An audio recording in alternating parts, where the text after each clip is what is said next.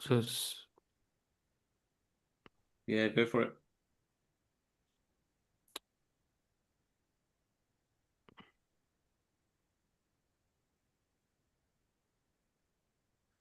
okay, so I'm not sure. Rash, are we live? I think so, yeah. Let's give it a go. Okay. Assalamu alaikum wa rahmatullahi wa barakatuhu. Welcome to the Muslim Podcaster Show. I'm your host Majid, live and direct today with my co-hosts Rash and JK. Assalamu alaikum, brothers. How you doing? Wa alaikum salam wa Walaikum salam, rahmatullahi not wa bad. barakatuh. All good, bro. Yeah. Well, this is the first time we're trying a live stream. So inshallah, hopefully, if anyone watchers, they can certainly get involved. And I guess we're going to learn from a few issues whether we do this right or not. But we got things to talk about, so we thought why not just go live, try something different, and try to get some interaction. Inshallah, That's inshallah. the Yeah, plan, there's a inshallah. couple of people have given, well, someone's given salam, so it's definitely working out for it.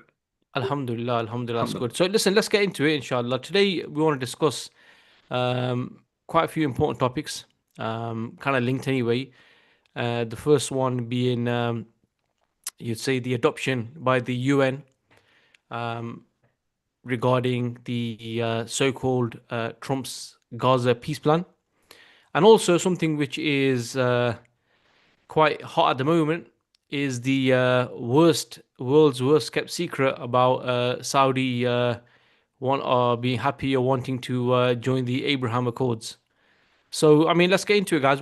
First of all, what do you think about the adoption by the UN? Is this a victory for Gaza, or just a bad joke?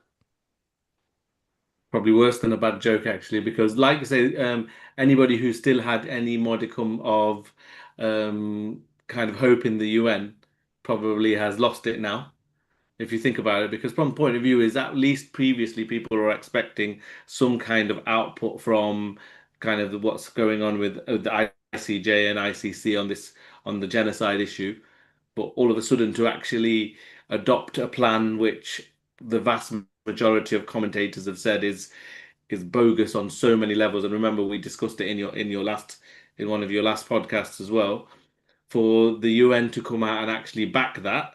And I've got some thoughts on that I'll probably come back to in a second, but for the UN to come out and back that just goes to kind of further prove to me how toothless it is as an institution. So yeah, it's certainly not a victory. You know, we know how what the flaws in this plan are, and we can discuss them. But no, just to answer your question initially, yeah, this is something. If anybody's remotely hopeful, hopefully we can break down why they shouldn't be. But in the first instance, no, absolutely not a positive thing. Yeah, what you No, saying, JK? the problem is, yeah, beyond a joke, really. The problem here, I mean, it's not that we were expecting much from the UN and international institutions, really, but it is quite significant in the sense that what this really means is that the UN, which is meant to be an international body, has rubber stamped the Trump plan, which we know has many flaws in. And essentially, what the rubber stamped is the occupation of Palestine, continued occupation of Palestine, not just through the Zionists, but also the US, who are the advocates and they are Zionists themselves. So it is significant in that sense because it's essentially again history has shown us this really. The UN is just an institution that is a cover for their decision making, which they cloak in international legitimacy, but actually they're not. They don't have any legitimacy or recognition. The fact that 13 votes were given, and I think there were two abstentions from China and Russia, really is a rubber stamp from the international community, yeah, as well as these Arab and Muslim nations that who are obviously we know are cowards, and they have no legitimacy as well. So they've also backed it.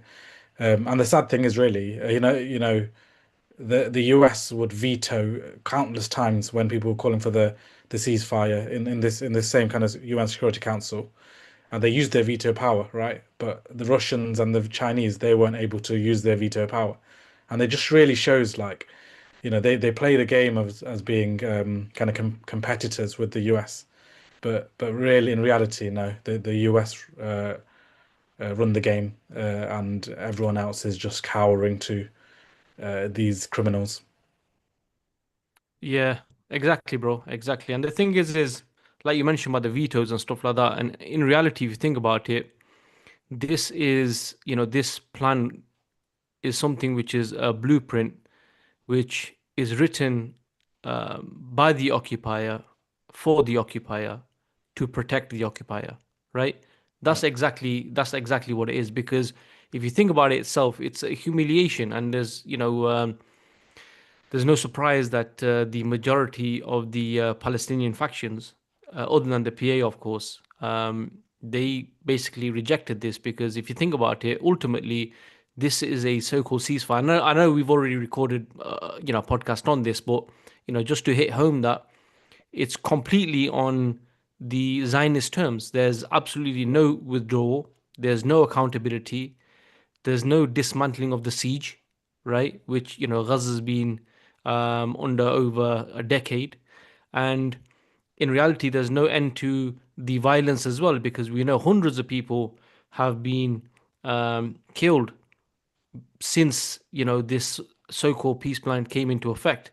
So, like you said, I think the important point and it's something which hopefully, I mean, I don't think people, any smart person, to be honest with you, thinks of the UN in any genuine way. But they don't have any legitimacy because we have the same entity, the US, for example, who for 2 years has continued to veto the stopping of people being killed and the genocide, and now are passing a plan um, which, to be honest with you, and it even goes to show, let's look at Russia, let's look at China. They're meant to be big players in the game. Mhm. They could have thought, you know what, let's get our own now, let's get our own in now. Let's reject this. But obviously, they all, when it comes down to Islam and Muslims, they're all on the same side anyway, right? Mhm. But it's something which again really shows the nature of this international system, this international setup that what they want to do, in my opinion, I think we discussed this last time. There's too much backlash. So you do get people now when people are speaking and they're talking about, they're saying things like, well, why are the protests still going on? It Yeah. stopped, hasn't it? There's been a ceasefire, right? Mhm. Um, but in fact, if you think about it, even if there wasn't any more killing since the ceasefire, does that mean that for what's happened in the last 2 years, there's going to be no accountability, or we're just going to move on? Exactly. And that's why even in the midst of the genocide, one of the main messages I was really trying to give to people is that don't make the ceasefire the goal. Don't even make the ending of the killing the goal, because at the end of the day, these are symptoms. The killing and the suffering. Of course, we want to end, and I know it has reduced, obviously, but this isn't the end game. Like this is not what we would view or should view as the solution for Palestine. At the end of the day, what is the reality today? There is no ceasefire, as you said. It's been almost more than almost 400 times they've kind of what's the Violated. word, violated the ceasefire, and they've killed almost 300 since the ceasefire. So what ceasefire? There is none, right? I've also read a report that this yellow line that they're speaking of, this yellow boundary, they are moving it. They moved it recently 300 meters without telling the people. So the people are waking up and now they're being bombarded and they're like, what's going on? But these bollards, these yellow bollards that are signifying this yellow border, have been moved by these criminals. So at the end of the day, even before October the 7th, we didn't accept that situation. We should never accept that situation. It wasn't like we were happy with the situation then. So just because it's returned to that, you could argue if you want, that's not enough, because Palestine continues to be occupied. The Zionists continue to, exist in that region when they are the ones that have settled there. They're the ones that are the foreign entity here, criminal entity. And the only solution we should be shouting for and seeking is the decolonization of Palestine. And that's what it is a colonization, right? Uh, Mm. just because that colonization of the Zionists is being replaced by US colonization, that's not the answer, which is what this US peace plan is, this UN peace plan is. It's just a change in who the colonizer is. They're saying the 200, was it 20,000 forces, international forces will come in and, support and try to implement this plan for the Gaza stabilization force. But actually, this is no different than what we had with the British Mandate. It was still an occupation just because it wasn't the Zionists. So we really need to step back and really ask ourselves, what is the end game? What do we want in this situation? And it isn't just, as you said, the end of the killing or ceasefire. Really, it is the liberation of Palestine, and we should define what that means. The liberation of Palestine is the decolonization of Palestine, and the removal of the occupiers and the colonizers in its entirety. That's the irony, isn't it, that they're even using the word mandate again. That's what started a lot of this issue in that the British mandate, back then, and then the Balfour Declaration, it was a colonial project then, it's a colonial project now. The people who have been suffering the genocide, sorry, the people who have been committing the genocide, and that's not just Israel, that's the people who have kind of facilitated it in America and Europe and Britain, etc. Yes, those people are the ones that are putting forward the plan, and then people are expected to accept it.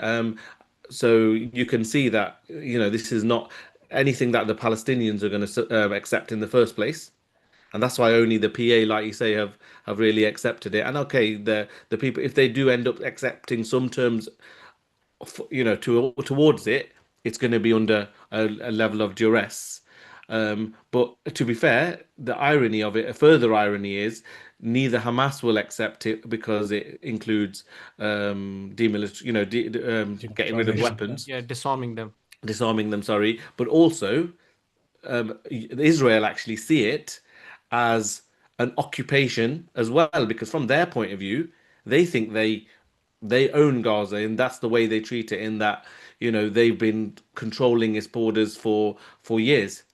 So from their perspective, they see this as it's that's their land. So anybody coming in, whether that be Turkish military, Jordanians, Egyptians, whoever it might be, they will see that, or they are seeing that also as, you know, something that they don't want, because that makes their job of kind of taking Gaza completely a little bit more difficult. So this is where there is a little bit, I think, in terms of strategy and a difference between what Israel are probably happy with and what US are, but it's still Trump's plan. It's still a US plan, and it's still a plan from these entities that actually committed the genocide. Yeah, And Madge, I would also say, like you said, Russia and China. China kind of didn't veto. The irony is maybe they would have vetoed if some of the Muslim countries hadn't accepted it. I think the Yeah. commentary in general is that because some of the Muslim countries accepted it, they kind of abstained because they've basically abstained, saying things are very vague. It's not clear what's going to happen in phase two and phase three. There's just no clarity here. The plan itself is somewhat, not a properly thought out plan. But what commentators are generally saying is they abstained because the Muslim countries, the local countries kind of accepted it. So they didn't want to put a spanner in the works. But, Yeah. you know, why don't they come up with it? If they're so kind of anti-imperial, anti-America, anti-West, then put forward a plan. But even then, and that's not what as Muslims we want. I'm just saying, from a point of view of their strategies. From an Islamic point of view, it's exactly what JK said. We want full decolonization. The land that they have, people have been exported into, imported into, it's not their land. That's why the British Mandate, that when that was set up, it wasn't yours to give away. So if you're talking about in other places where, injustice has been done, this is another injustice. Undo it. But there's obviously no discussion about that in the slightest. Yeah, there's not going to be, bro. I mean, what's telling is when Netanyahu claims this adoption by the UN is a victory. At the end of the day, it's what more do you need to know? I mean, the thing is for years we've said, UN equals the US, and we see that these institutions that have been set up, and this is the whole system is rigged. When when they need some sort of legitimacy, they will go through these institutions. When they're not bothered, they'll go through. They'll go on by themselves anyway. They'll do it alone, right? Mm. So these institutions, what difference does it make that now the UN has come out and said yes, we're adopting it? Because that doesn't make the deal any better. Because again, this is just something like the colonialism handbook. Because a you've taken the land. B, you want the resistance to remove their weapons. You know, C, you've got foreign forces on the land. What else? What else can you call that? Would any country accept something like this? You wouldn't do because you'd ask. You'd say, well, this is against our sovereignty. Mm. And even the yellow line. What you got to understand is what they're doing is before when they were flattening the entire Gaza, because obviously we know what their plan was, right? There was resistance who was actually, opposing this. But now, if you think about it, in the area beyond the yellow line, they are flattening it. All the buildings that are still remaining, they are Yeah, basically flattening everything now without any opposition in terms of there's no one to come out and attack a bulldozer or some stuff like that. They got a free hand now. yeah, So, it's just something which I don't know, man. The hypocrisy, the double standards are just on a next level. And you guys mentioned the countries, the Muslim countries that were sort of signatories to this as well, or backed it. You know, what else does that tell you? I mean, these countries didn't do anything to stop what's happening, yet they are behind a plan which they themselves actually initially said it's been changed, right? mm, Remember as soon as it was published, some of the countries that were on that list came out and said this is not what we signed up for. It's been Mm. changed. The Israelis have changed it, yet they still yeah, backed it because we know who their masters are, right? So again, I think ultimately people just need to wake up and, like JK is saying, is to understand that look, the issue hasn't gone away. We can't just move on now. Actually, I watched a video of Low Key when he was saying, look, now is not the time to sort of, take a back seat. Now is the time actually to go on the offensive in, mm, in words similar to that. Because even if this was a proper ceasefire, just say this was proper ceasefire, obviously it never would be, right?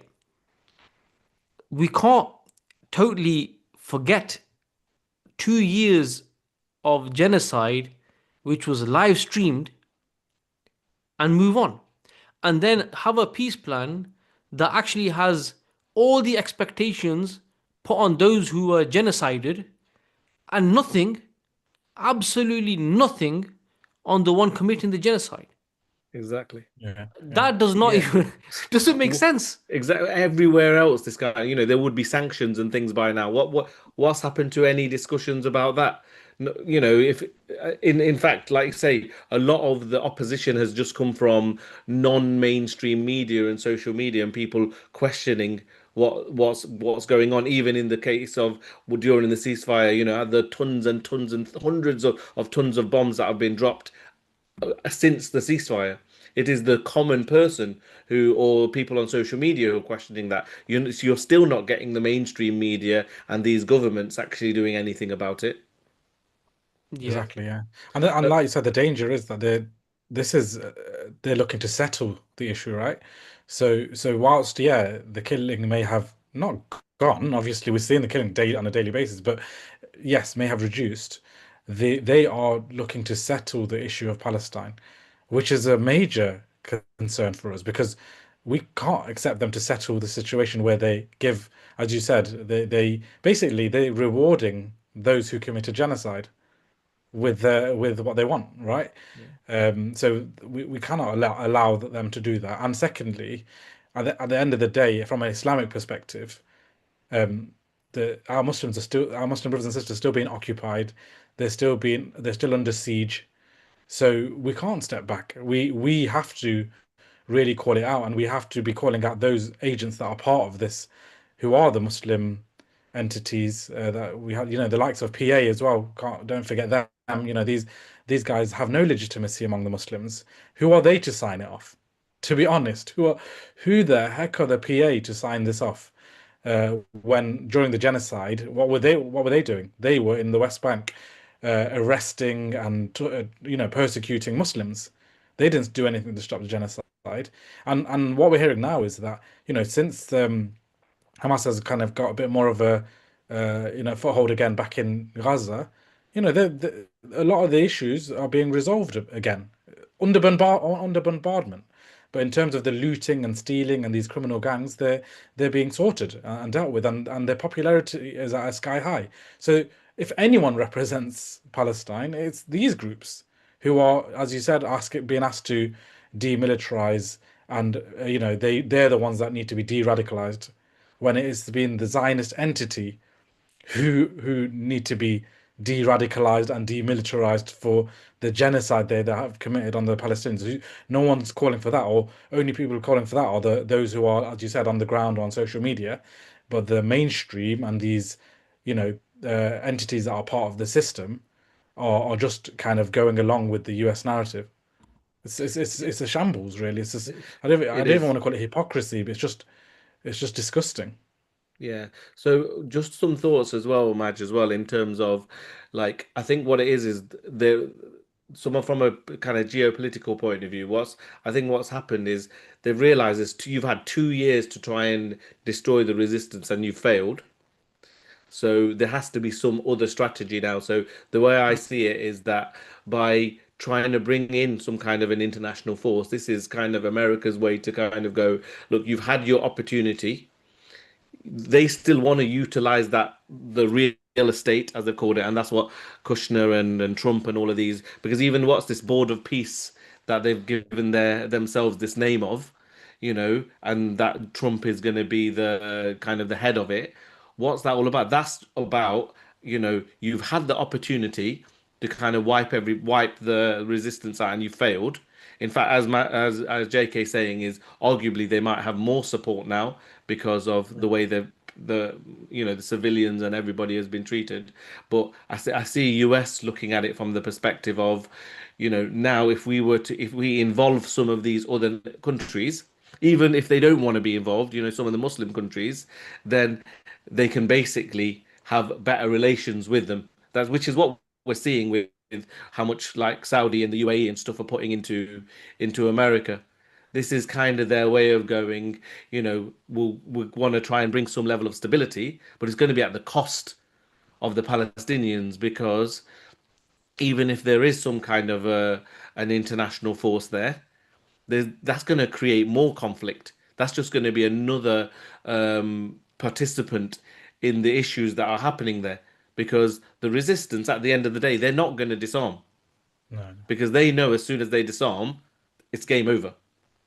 So I think Mm. this is my opinion. I'd be like to hear what you guys are going to say. I think this is kind of America's way of almost, seeing that this rabid dog, that what it's done in the last 2 years, trying to kind of put it back in its cage for a period of time, knowing it's always there if they need it, but they internationally their reputation, America's reputation, has been completely tarnished. Not that they massively care about that, but in order for them to be seen as some kind of a peacemaker in the region, and with these other deals that they're doing with some of the other neighboring countries, agreements, I think this is kind of a way of going to some type of next stage.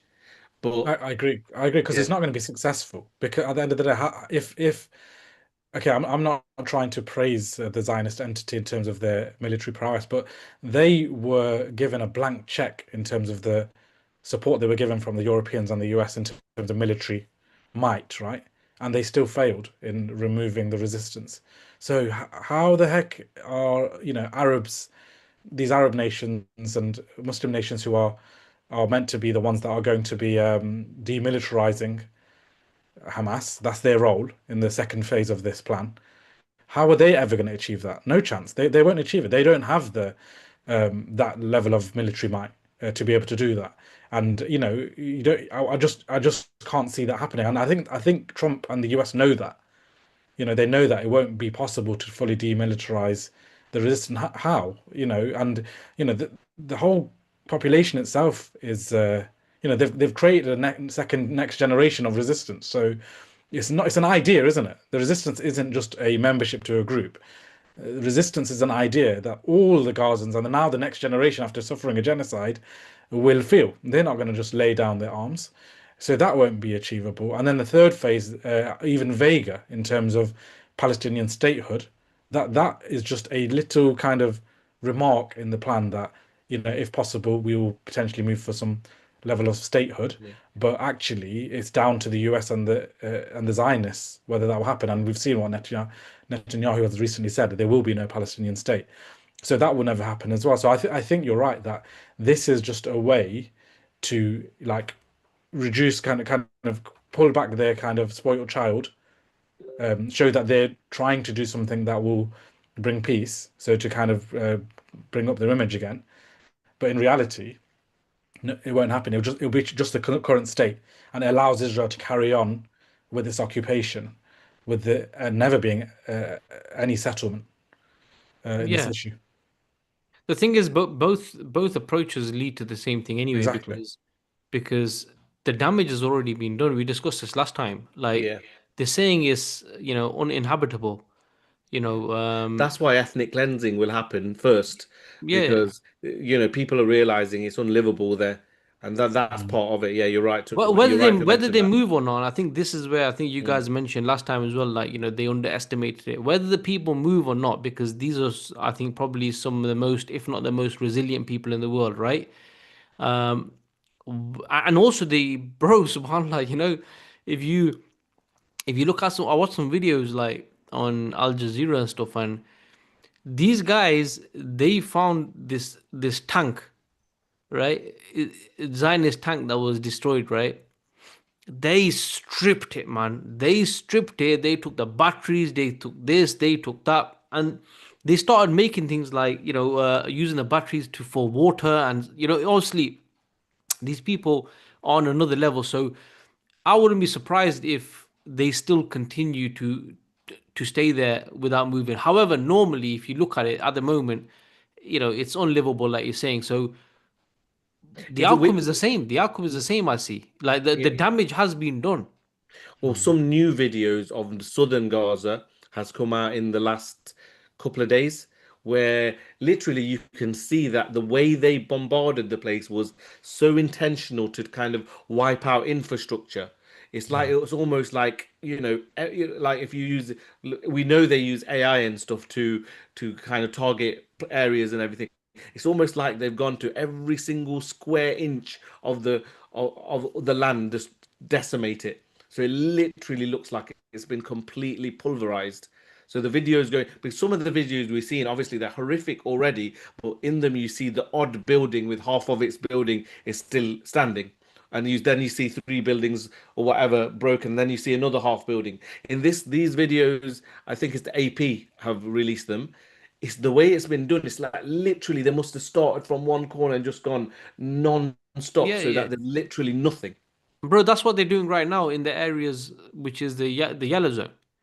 Yeah. Yeah, This yeah. is and now they're doing it without anyone firing any rockets at them. Mm. So that's why it's Well, there's also been some commentary about the fact that if they do manage to get this kind of stabilization force in there, what's stopping those forces? Because we know they're going to be people who are linked to the West as well, so going in, finding all the tunnels, and making sure that any other kind of resistance that is still there that gives them some degree of defense, then that's an opportunity for them to wipe all of that out as well, bro. isn't it? It's just That is what they're gonna do. If you, I was reading something where I talked about the powers that this force will have. They won't just it won't just be the powers for a peace force. For example, you have like can't remember what they call, man. Like the part of the UN forces which go to these areas to, like for example in Lebanon and stuff like that, peacekeeping forces, Peacekeeping yeah, force, Yeah. yeah. they don't have much power. Mm. Yeah, Like a peacekeeping it's force. more a Yeah. peacekeeping mission. They don't really have Yeah. any offensive type of like mandate. Yeah. That's not going to be the case here, from what they're saying. So you can definitely see that this force is going to be one that's going to have the powers to crack down on Yeah, yeah. on The, the people. the the comparison they're making to it's not just a comparison actually, because a comparison would be just saying that they're separate. The link they're making is, what they had with the Gaza Humanitarian Fund, the GHF, which was a Blair and kind of as a Blair Institute plan, which became a killing field, didn't it? It Hmm. wasn't. It was tagged as something as being providing aid to the Palestinians, but actually it became a killing field for those who were seeking aid, right? We saw more than 2,000, 3,000 people killed in point blank range shot. Hmm. That same entity and those involved with that entity are involved with this as well, with the stabilization force. So that's what it will be. And what, the GHF took the role from UNRWA, didn't they? Yeah. Because UNRWA was meant to be the legitimate entity to do the aid, right? And they did it, but obviously they obviously created this case against them, and they got rid of UNRWA.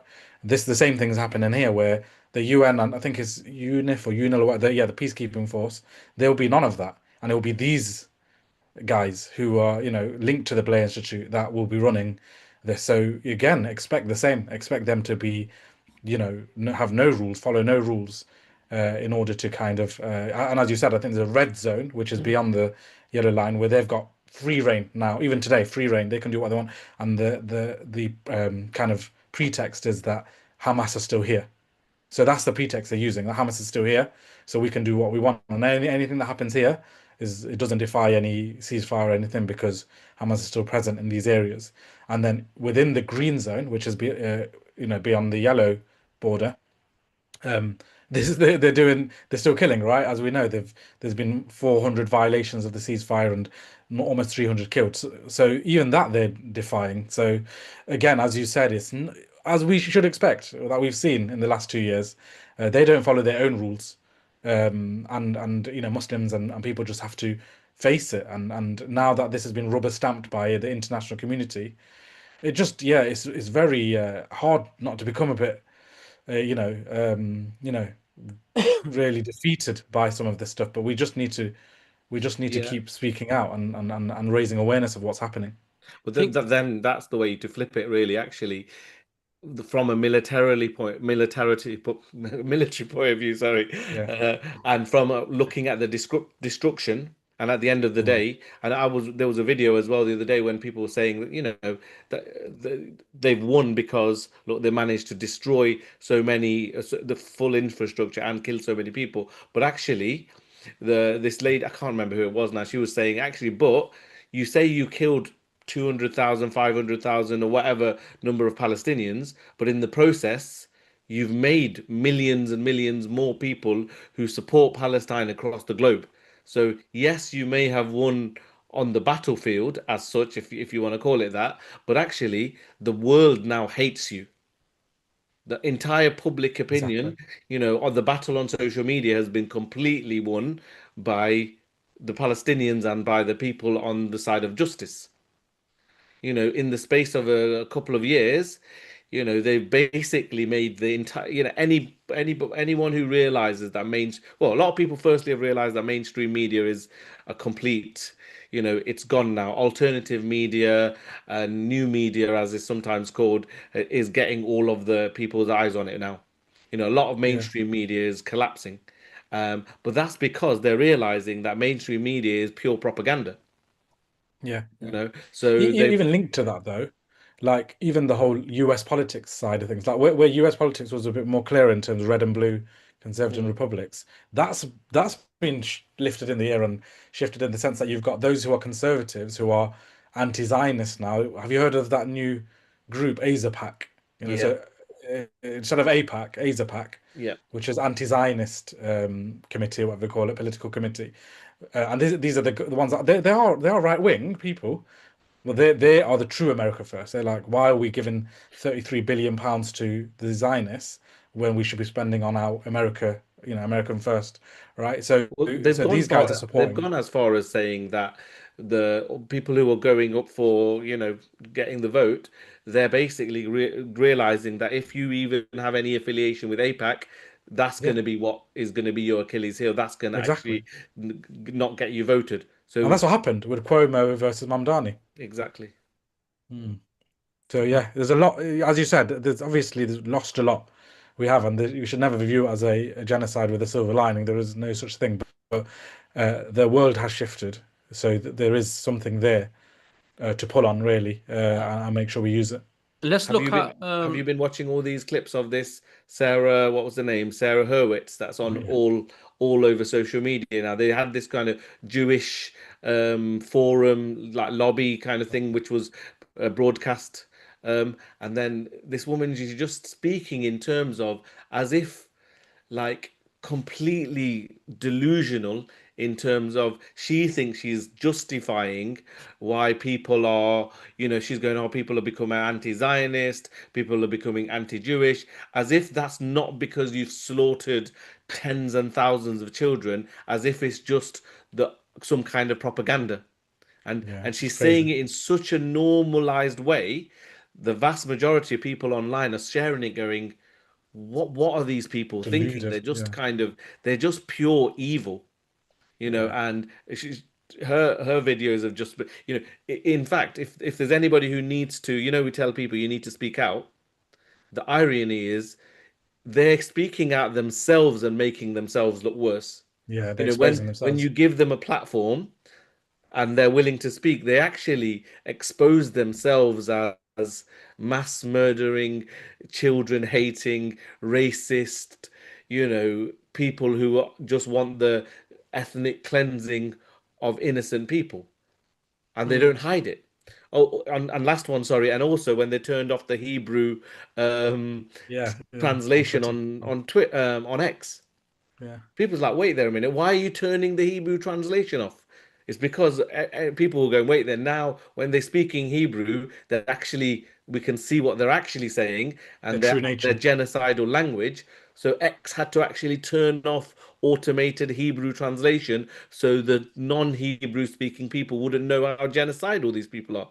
Flipping out, come on. Mm. So there, yeah, so that side of it is genuinely the world has completely flipped in Yeah. terms of its view towards the Zionist entity and this settler colonial project that, the normal common person who recognizes justice is completely against it. you Mm. know, uh, mm, what you mentioned there about the stuff they've done. Have you must have seen that video where there's a Israeli lawyer, and he's talking about basically the condition of the Palestinians in the prisons, and he's saying basically he's talking about how they when they get raped. So the woman's talking about it. He goes, wait, he goes, look, he goes, them being raped is probably not even close to being the worst thing that's done to them. Mm. And he went into a lot of detail, but there's no point. Yeah, I don't really want to go into it because it might get shadow banned or something. But if you watch that video where he's saying basically, he goes, look, being raped is the least of their concern, right? But you know what? You guys have mentioned loads of things. We've talked about genocide, we've talked about rape, we've talked about how they are genocidal maniacs. And something that JK mentioned, which was quite interesting, when he said the way it looks like it, if you think about it, after 2 years and the UN um, adopting this peace plan is as if the genociders they are being rewarded. So let's talk about rewards, which kind of like goes smoothly into the other topic I want to speak about, is the fact where MBS himself has openly said, and like I said at the beginning, it's the world's worst kept secret because this is something which we've been talking about for years now, right? But he said, Mm. look, we are, we are ready, we are eager. I mean, probably didn't say that particular word, but we are ready to join the Abraham Accords, right? Mm. Now, let's kind of like speak about this a bit because if you think about the element of rewarding, here you have a guy who somebody would say are representatives, if not a custodian of the two holy mosques, but in reality is the custodian of the Abraham Accords because you have an entity that has slaughtered your brothers and sisters, your children, starved them, humiliated them, don't hide their hatred for Arabs, done the worst things possible. And what do you have at the end of it? You don't have these countries using their political weight, these countries using their resources, using their military or anything like that to stop what's happening, just to try to make out like it's linked to some sort of a Palestinian state. We've gone past that now because Mm, that argument of them recognizing this Zionist entity was totally bogus before October the 7th, 2023. Now, mm, after October the 7th, 2023, after what these people have done 4K live, how can you say you are ready? Almost groveling. You are ready now to join the Abraham Accords, to accept these genocidal maniacs as being a legitimate entity in the region, to then start having um, economic ties and all these other ties that the Emiratis and other countries have over the, whilst you're walking over the mass graves of the people in Gaza. mm, This is treachery. This is betrayal on a next level. mm. A next Yeah, level. What are your thoughts about these guys? Really it's gets me not angry, man. even yeah, but like you when you say betrayal, treachery, these aren't even the words because like it's such a betrayal, such a shameless thing to say. The way he's saying it as well, it's kind of like this kind of viewing Trump as a positive force, and I do proper groveling, isn't it, to Trump. They're ready to join, and he even says, we want peace for Israelis and the Palestinians. Like, have you not seen what the Israelis have been doing to your brothers and sisters? And this really proves that these guys are complete Zionists. They want the protection of the Israeli entity. They if you think about it, before October 7th, they were ready anyway. On Fox News, MBS was given an interview saying they are close to signing the Abraham Accords, right? It was October 7th that caused and actually Hamas have said that one of the reasons they did it, whether they knew it would fall out like this, but one of the reasons they did it, they wanted to bring Palestine back on the agenda because everyone was forgetting about Palestine. And that's true, that was happening. So the fact that MBS now, because he can now go back to his previous narrative, his previous agenda, now that the genocide has ended, so to speak, really just exposes him for what he is. He's a complete traitor. I mean, it's just very as you said, it just angers you the way he's speaking about the Palestinians. And who is he really to speak about the Palestinians? They will obviously join the Abraham Accords, and they keep using this line to say, "Oh, as long as a Palestinian state is recognized." But look, that's just a statement. That's that's hot That's not air. gonna. That's hot air. They won't even accept that. They won't even give them that, obviously. So they will join without that. But Bro, the, yeah, the guy is saying, the Netanyahu is saying, is not hid. This is exactly. not He's not this is not hidden. It's not something that has to be translated in from Hebrew. The it's guy in is English. saying there will be no Palestinian state. Exactly. Exactly. Subhanallah. So I don't know what more to say about it, to be honest. Yeah, It's just complete treachery. all that's worth saying is these people, even if they had their own kind of borders, that sometimes you can say there's complete sellouts who they're Zionists, yeah, because they recognize that this entity on their border also serves a purpose for their existence. But okay, at the Mm, end of the day, they're looking after their thrones, yeah. But you've got your military. You can do something, but we know they never will because they won't go against the interests of their master. And that's why. And then there's been a question here in the chat that I'll bring it in. someone called Bird Nest Rat Fest gives salam, so wa alaikum salam, Wa goes, salam. have you got any opinions on Usman Noor, founder of Protect Palestine, saying a call for military intervention? And obviously, we've been saying it for a long time. The solution is a military solution, but we just got to be careful. Depending, so I haven't seen the full context of that call, but if that call is about getting the Ummah's military involved in doing its duty that it should be doing to protect its lands, its people, then absolutely that is the correct solution. But if it is just to say, oh yeah, we're going to send a few of our, military personnel to be this uh, international stabilization force, which we know is part of the plan of Trump and the West, then obviously that's not going to achieve the desired results. The issue is out these leaders of these countries, we don't have any hope of any success, certainly from the Saudis and from the UAE, etc. In fact, when you hear about the type of Islam they're pushing and the groups of Muslims or the groups that they promote, for example, like the kind of the Mudkhali type of Islam, whereby you can't speak out against these treacherous rulers, then you know what they want. They're protecting their thrones, and they will do whatever it takes to make sure those borders are kept the way they are. And therefore, they won't send their armies. They won't go and try and protect the Palestinians. And what they'll do is they'll carry on plodding along with these kind of projects or these accords or whatever the West kind of propose, because it just drags things out.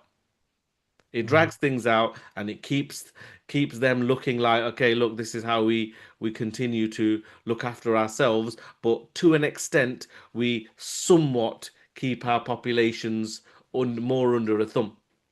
Yeah, Whereas in I actual agree. fact, Go on. the populations need to rise up and get rid of these people. Yeah, yeah. That's what I was going to say. Just on that, I've not seen this actual thing. I've not heard of it, Usman Nur, but the ter just more broadly, the answer is military intervention in the sense that the people of Palestine need a military level of defense. You can't expect those who are occupied to liberate themselves. They won't be able to. Mm. It's guerrilla warfare, really. But re what it really needs is a military level of response. And at the end of the day, the Zionists will be defeated. They're not that strong. The fact that they can't defeat a militia tells you everything. They're a kind of they're a criminal entity, but they're a alien entity in this region. If this region really had the sincerity, I'm not talking about the people, I'm talking about the governments and the militaries. If they had genuine concern for their Muslim brethren, all they need to, only one of those countries, just say Egypt, needs to really rise up and support its brothers and sisters by sending in a force to deal with them. But the reality is that these militaries are bought out and are controlled by agents, really, you could call them, and that's the issue. But yes, military intervention is the actual solution to this. It's not these diplomatic solutions or UN solutions. That's not going to achieve anything, as we've seen. And ultimately, based on reality, just reality, this is something which you could argue. Some people might say this is enshrined in just a human law, if there's such a thing. But here we're talking about the Sharia. The Exactly. Sharia commands that the brothers, the Muslims, go and support their brothers, fellow brothers and Muslim sisters, right? This is a command. But here, I mean, you mentioned last time, JK, about munafiqeen and stuff like that. Mhm. These are the sort of things that come to mind because this is something which has been coming for a long time, which we've talked about. But the thing is why I say this is, and treachery is not probably not the right word because they weren't they weren't genuine at any point anyway. But the why I say the level of treachery is because before what there was still an issue where even though they wanted to do this a long time ago, they knew that this would probably damage their legitimacy amongst their masses, and you never know what this can lead to, right? Yeah. But if you look at what's been happening in places like Saudi Arabia, let's focus on Saudi Arabia here, right? Over the last, 10 years, 5 years, 6 years, I don't know how long it's been now, opening up the country to Western entertainment, yeah, to distracting the youth with all this fahisha and all this, fitna, right? You had them rewriting some of the curriculum, taking Yeah. out certain things. They've reduced certain things like the time for Quran class and all, so this has been happening in the back, where they've even been trying to purge the hadith by saying these hadith are genuine, these are not, you know so they've been doing this. At the same time, they've been locking up the scholars. So now we're at a stage where, even though these guys have just committed what they have in Gaza, which is probably 10 times as worse than what they did in places like Jenin and stuff like this years ago, yeah? Mm. Which had to be hidden actually, right? Yeah. But here, this is public. So now, when you think about, we're at a stage where they feel somewhat a bit more comfortable in order to say this on the backdrop of what's happened, because they maybe feel that the people on the ground ain't gonna resist like they may have resisted years ago. Time will tell what happens. Time will tell. And Mm. also, look, the thing is for us who are outside of Saudi, we don't understand, because these are countries which, even though they try to show out to the West that you got your Ronaldos and your Sadio Manes and all this stuff, but people can't speak out there. Yeah. Or People can't speak did out. you watch there was that brother on that Thinking Muslim podcast, and Oh yeah. Oh yeah, I think he left Saudi like when he was very young, but he was saying the same. He was like, you can't speak there. Yeah. They'll get rid of you. And he's got friends and things there. Some of his friends are still in prison now because of some of the things that happened back then when he left. Yeah. And he talked about it a lot, and it's well worth watching that one actually. It just highlights the kind of the Muhabbarat and stuff and how it is in some of these countries, which actually further highlights our role, Yeah. in Exactly. places where we can speak. And obviously it's ironic, isn't it? The sad reality is you can't speak in a Muslim country against these regimes that are Zionists, that are actually continuing the injustices that we see because of them being in those positions. Yet, hopefully, still for a certain, who knows, for a period of time at least, we We can still can. speak about these things, and we should. And then Yeah. with all the stuff that happened with the brother Sami Hamdi recently, and ICE and stuff like that, it just goes to prove that they're fighting a losing battle, by the way, on these kind of things, because Yeah. that exposed them badly, that whole episode, because you guys are supposed to be kind of the bastions of free speech, and you guys kind of uphold these freedoms, and you can have different opinions, and now you've got someone who's actually calling out a genocide, who's actually calling out the perpetrator of a genocide, and you lock them up, and the only reason they get out is because they're well known, and people, and there was pressure from all directions. Yeah. That's the only reason he got out in the timely manner. mm, That's what he's been telling everybody on all of these other platforms. There's still loads of people stuck in those ICE detention centers that, should be out, but because no one's talking about them, they're stuck in there. So, exactly. so these Western countries, they try and make out that you know, they're not as bad as some of these Muslim kind of countries that are cracking down on people. But look, you're doing the same now. So how are you any better? Bro, they outsource these countries, man. Exactly, man. If you think about rendition and stuff like this, when they were taking Bagram, people, where do you think they were ending up? They were ending up in exactly. dungeons in Syria, in Egypt, right? Exactly. Yeah. So, but yeah, I mean, I think the important point is maybe to some people. I mean, you mentioned Madkhalis earlier and stuff like that, and to be honest with you, I've not spoken to anyone in that type of leaning for a while now. So, you know, I don't know whether they still would find excuses for even this behavior. They I will find mean, excuses, trust me. because ultimately, if you think about it, the guy is trading Al-Aqsa for F-35s, in Yeah. all honesty. Um, but another thing which probably, we can probably touch upon before we, bring the live stream to a close is the fact that, yes, we look at after 2 years of what's happened and we do ask why has the Ummah not moved? And obviously this is something which is true. However, to answer that first you have to look at yourself in the mirror. But I think what this really highlights now more than it has ever, not just to people who, I mean, people in the past have been speaking about the problem for a long time. Um, but other people couldn't really see it as much. But we can see now that the problem isn't the ummah as such, it's these rulers.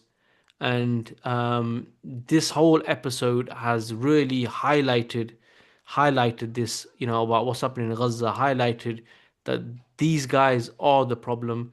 um, and a lot of people now are speaking about things like they should be removed. I think, to be honest with you, gone are the days really where, subhanallah, people used to make dua for their hidayah and stuff like that. I think even those people are thinking these guys are even beyond hidayah, right? Yeah.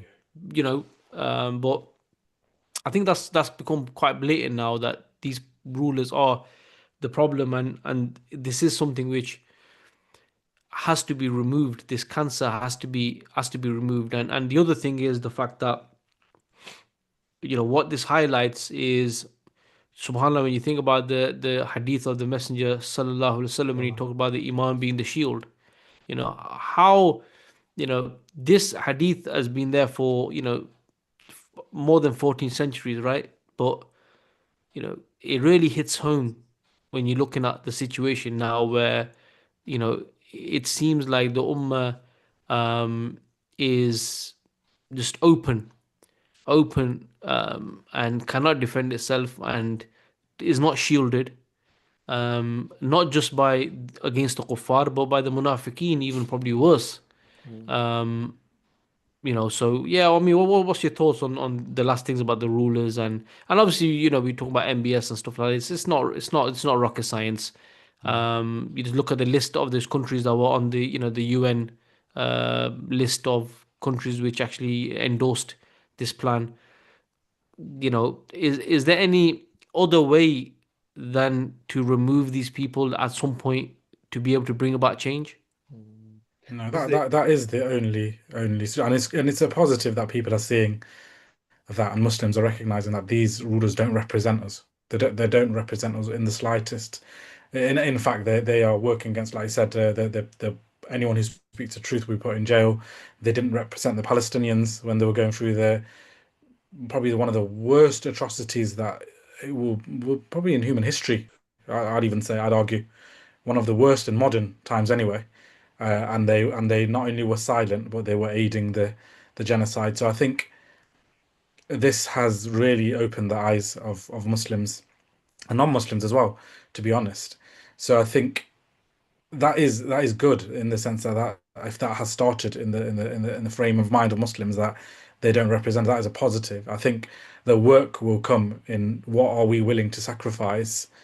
And look, this is not me. I'm talking about us. I'm talking about us three here as well. Like, what are we willing to sacrifice to be able to remove them, and what are we willing to do the work? Are we willing to take upon the mission of the Messenger Sallallahu Alaihi Wasallam and do the work, which is arduous? It's not easy. It's easier just to chill and have a life of comfort. It's very difficult because they'll make it difficult for you. They will arrest you. They will stop you from saying what you need to say and use their laws, even in these countries. So, are we willing to take that sacrifice? And that's the question, really. That's the question for us. I think it's good that we're getting to that point, but the question is, what are we willing to do about it? Yeah. yeah. Any thoughts, No, Rush? yeah, no, I think a lot of it is that obviously we recognize, I completely agree, we recognize that these leaders, they don't represent us. But you're right, I think a lot of people want to do something, I do genuinely believe that. I haven't lost faith in the people that they want to do something, but if you don't get given a path that you can follow, that you see some kind of a fruit at the end of it, it's kind of it's difficult. And we're realizing even more. It's not just Palestine. Look at what happened in Sudan. Your last video, Madge, when look, these so-called leaders of Muslim countries are responsible for that as well. So we know what they represent, and I think the reason why we've lost hope in them completely is you can almost go to the point where you think, well, actually, would Allah even bring victory through people who have done such harm? Sometimes you go, Mm. even the worst people, we know that some people who were bad in Jahiliyyah became the best Muslims. Mm. Yeah. Mm. So sometimes you have that level of hope that maybe they'll just wake up one day and they'll try and fix the situation.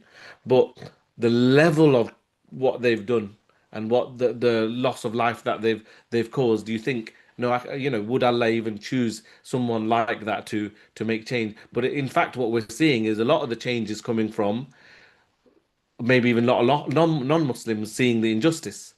And I Yes. think one thing that's going to contribute a little bit is that this age-old what the Zionist project was is that they can't get people to like them. So the easy way out is to get people to hate Muslims. So the level of Islamophobia and stuff was almost a way of detracting from some of what they were doing.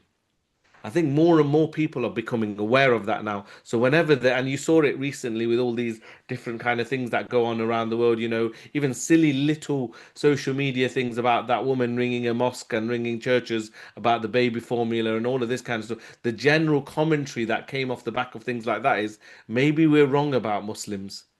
Maybe we're wrong about Islam. Maybe it's always been the Jews and the Zionists that have been able to successfully make Islam the bogeyman so that they can distract us.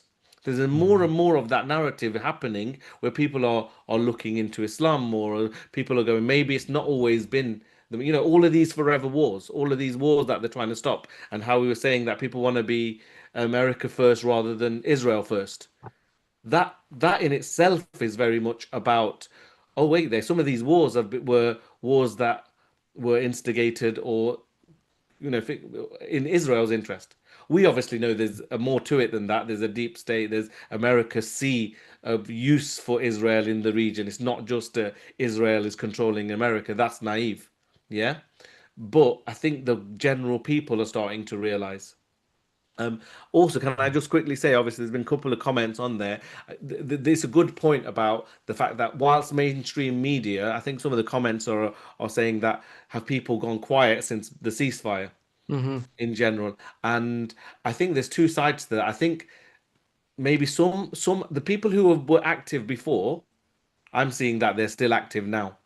So I don't think those people have quieted. I don't think anybody who was doing activism for Palestine, for justice, that have suddenly stopped because genocide. In fact, they've continued. I think some of these social media platforms, because they themselves are controlled by some of these Zionists, have managed to flip the algorithm such that you must have noticed if yourself. Firstly, you're seeing less of this content, Mm. and They secondly, or even like the Hebrew stuff I said earlier, and secondly, there suddenly is more Islamophobic or anti-Islamic Yeah. content.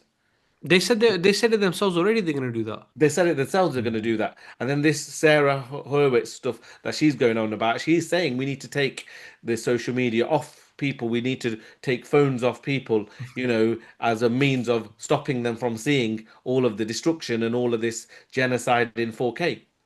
They're Mm. losing, but they're not going to lose without a fight. So, in answer to, I Yeah. think Cam is asking a question in the chat. In answer to Cam's question, I do think that some of it's been toned down because of some of these platforms, rather than people necessarily going quiet. Because the people I was following who were active are still active. It's just you have to go searching for their content now rather than it just coming up on your feed. Yeah. And then maybe if some people have gone quiet, then it's a message for them to go, wait, there.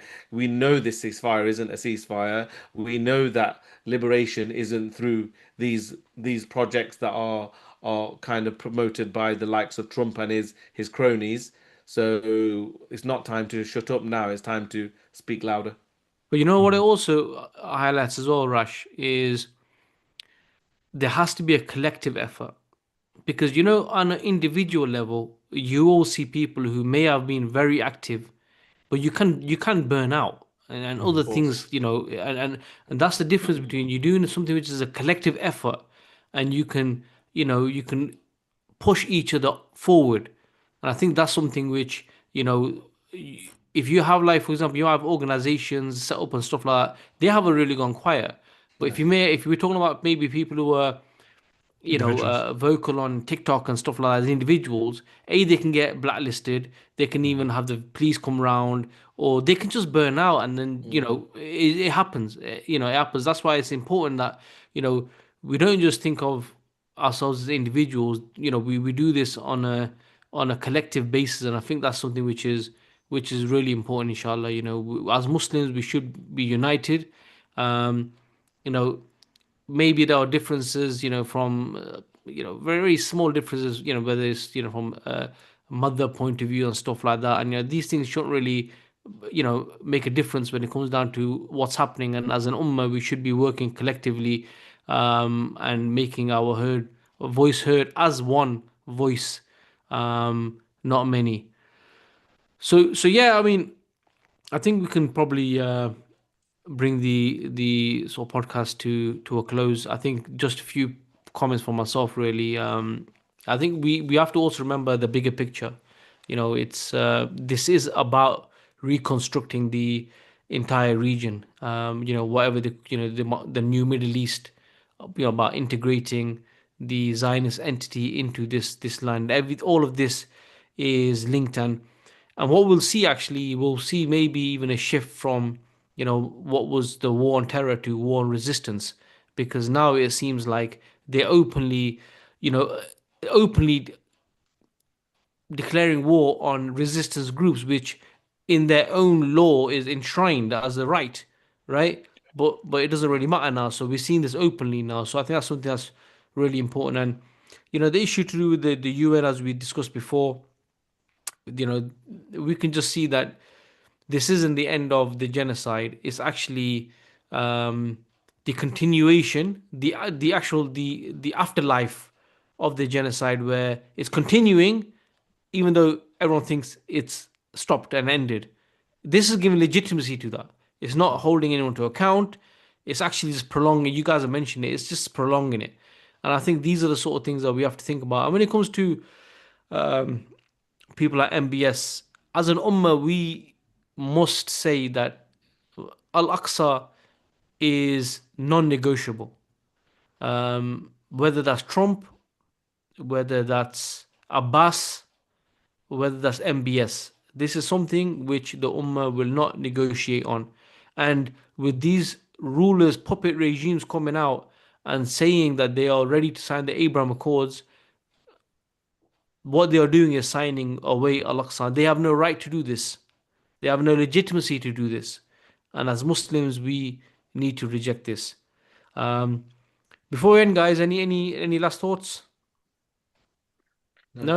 I just wanted to say that maybe we carry on these kind of formats. There was a few questions. We'll try and make these sessions interactive. That was the reason Yeah. for trying it to do it live. So obviously we'll tell people in advance that we're going to go live next time. So that would be good to kind of get a few people on and keep them interactive. Otherwise, we're kind of like say we're talking amongst ourselves. So I think that would be a good opportunity. And if we do them regularly, that's also a good idea, I reckon. Yeah, 100%, bro. I think Yeah, agree. this is very important because interaction is key. You don't really want the message to be one way. And Yeah, and it's this is so. useful to hear other thoughts, isn't it? Like, what other people are thinking. We might think one thing, but maybe there's other reasons why, they might what the other perspective is. Even though I know by and large Muslims are generally on one page, but it's always good to get other opinions to kind of Yeah. discuss. Of course, everyone needs to get involved, and Mm. this is something which we feel like dinosaurs when it comes to this stuff, which people have been doing for years now, and we just haven't got around to. And Jazakallah Rash for looking into the sort of technical aspects of making this happen. But we'll see, inshallah, once we've ended the podcast, whether it actually publishes it on YouTube or not. But if it doesn't, then at least those people who watched it and interacted, I hope they took some benefit from it. So, guys, until the next one, whether it's live or whether it's pre-recorded, Jazakallah khair, guys, and to everyone, Assalamu alaikum wa rahmatullahi wa barakatuhu.